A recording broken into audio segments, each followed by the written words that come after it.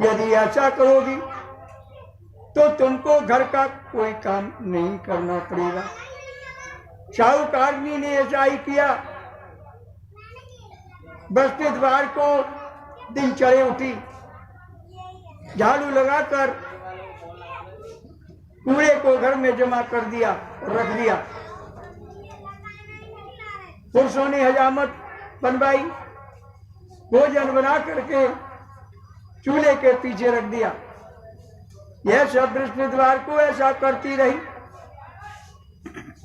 अब कुछ काल के बाद उसके घर में खाने का दाना तक न रहा। थोड़े दिनों बाद महात्मा फिर आए, अब भिक्षा मांग लेगी। परंतु सेठानी ने कहा, हे महाराज, मेरे घर में खाने को अन्न भी नहीं है, मैं आपको क्या दे सकती हूँ। तब महात्मा ने कहा कि जब तुम्हारे घर में सब कुछ था तब भी तुम कुछ नहीं देना चाहती थी। अब पूरा पूरा अवकाश हो गया, तब भी कुछ देना नहीं चाहती। तुम क्या चाहती हो वह कहो। तब सेठानी ने हाथ जोड़कर प्रार्थना करी, हे महाराज, अब कोई ऐसा उपाय बताओ कि मेरे पहले जैसा धन धान हो जाए। अब मैं प्रतिज्ञा करती हूँ कि असंभव जैसा आप कहेंगे मैं वैसा ही करूंगा। तब महात्मा जी ने कहा, बृहस्पतिवार को प्रातः काल उठ करके स्नान आदि से निवृत्त हो, घर को गोबर से लीपना, घर के पुरुष हजामत न बनवाएं, भूखों को जल देती रहा करो, ठीक सायंकाल को दीपक जलाओ। यदि ऐसा करोगी तो तुम्हारी सभी मनोकामनाएं पूर्ण होंगी, बृहस्पति जी की कृपा से पूर्ण होंगी। सेठानी ने चाय किया, उसके घर में धन्य दान जैसा था वैसा हो गया। इस प्रकार भगवान बृहस्पति देव जी की कृपा से अनेक प्रकार के सुख होकर दीर्घ काल तक जीवित रही। अब बृहस्पतिवार की दूसरी एक कथा और है, उसको आपके सामने कर रहे हैं। बृहस्पतिवार की दूसरी कथा। एक दिन इंद्र बड़े अहंकार से अपने सिंहासन पर बैठे हुए थे। बहुत से देवता, ऋषि, गंधर्व, किन्नर आदि सभी वहां पर उपस्थित थे। जिस समय बृहस्पति जी वहां पर आए तो सब उनके सम्मान में उठ करके खड़े हो गए, परंतु इंद्र गर्व के मारे खड़ा नहीं हुआ। यद्यपि वह सदैव उनका आदर किया करता था। बृहस्पति देव जी अपना अनादर समझ करके वहां से उठ करके चले गए। तब इंद्र को बड़ा शोक हुआ कि देखो मैंने गुरु जी का अनादर किया है, मुझसे बड़ी भारी भूल हो गई है।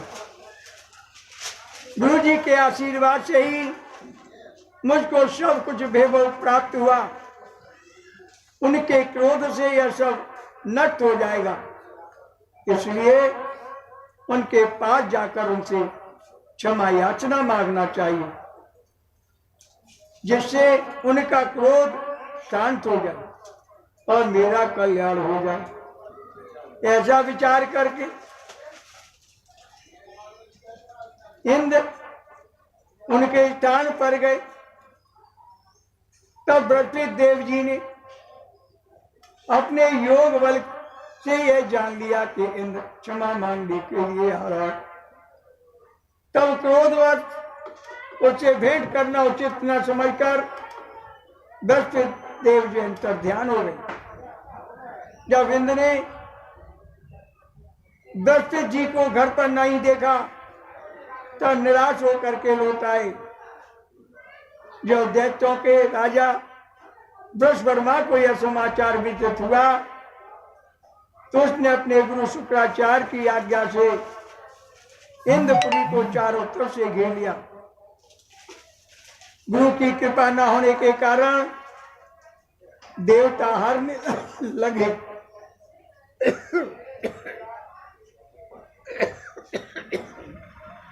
गुरु की कृपा न होने के कारण देवता हारने लगे, मार खाने लगे।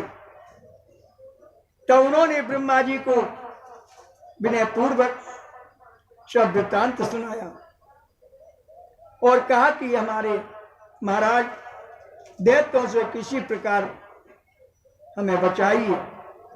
तब ब्रह्मा जी कहने लगे क्या तुमने बड़ा अपराध किया है,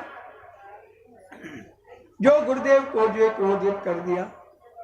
आज तुम्हारा कल्याण इसी में हो सकता है कि तुष्टा ब्राह्मण का पुत्र विष्णुरूपा बड़ा तपस्वी और ज्ञानी है, उसे अपना पुरोहित बनाओ तो तुम्हारा कल्याण हो सकता है। यह वचन सुन के इंद्र तुष्टा के पास गए, बड़े विनीत भाव से तुष्टा से कहने लगे कि आप हमारे पुरोहित बनिए जिससे हमारा कल्याण हो।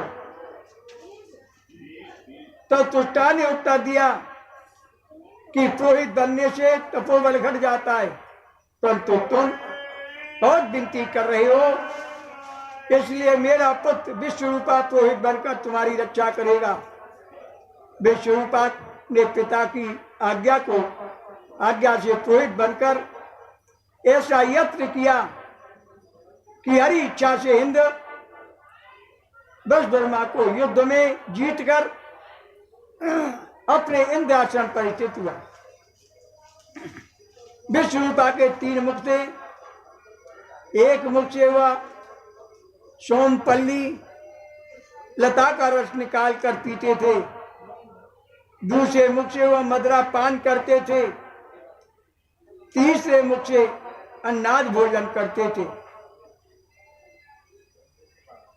इनने कुछ दिनों के उपरांत कहा कि मैं आपकी कृपा से यज्ञ करना चाहता हूं। जब विष्णुरूपा की आज्ञा अनुसार यज्ञ प्रारंभ हो गया, तब एक दैत्य ने विष्णुरूपा से कहा कि तुम्हारी माता दैत्य की कन्या है, इस कारण हमारे कल्याण के निमित्त एक आहुति दैत्यों के नाम की भी दे देना, तो अत्युत्तम बात रहेगी। विष्णुरूपा उस दैत्य का मान करके आहुति देते समय दैत्य नाम भी धीरे से लेने लगे। इसी कारण यज्ञ करने से देवताओं का तेज नहीं बढ़ सका। इंद्र ने यह वृत्तांत जानते ही क्रोधित होकर विष्णुरूपा के 3 सिर काट डाले। मद्यपान करने से भंवरा, सोमपल्ली पीने से कबूतर और अन्न खाने से मुख से तीतर बन गया। विष्णुरूपा के मरते ही इंद्र का स्वरूप ब्रह्महत्या के प्रभाव से बदल गया। देवताओं के 1 वर्ष के पश्चात ब्रह्महत्या का वह पाप नहीं छूटा, तो सब देवताओं ने प्रार्थना करने पर ब्रह्मा जी बृहस्पति जी के सहित वहां आए।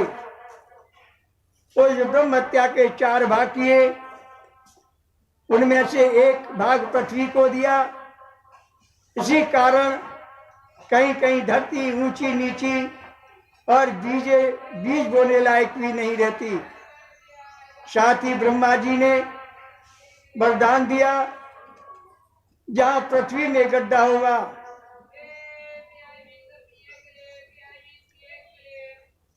होगा कुछ समय पाकर स्वयं ही भर जाएगा। दूसरा वृक्षों को दिया, जिससे उसमें गोद बना करके बहता है, गोद बना करके बहता है। इस कारण गूगल कहते सब गोंद अशुद्ध समझे गए हैं।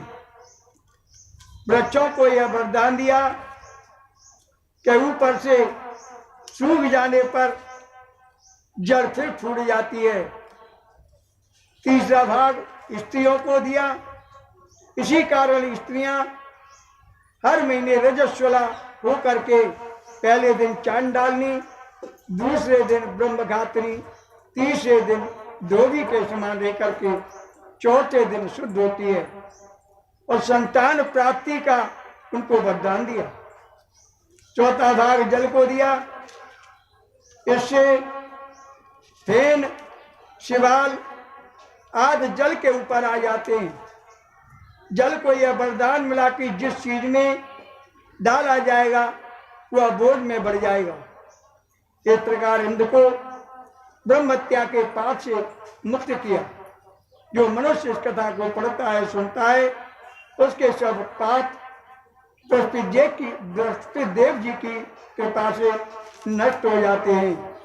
शंकर भगवान की जय, विष्णु भगवान की जय।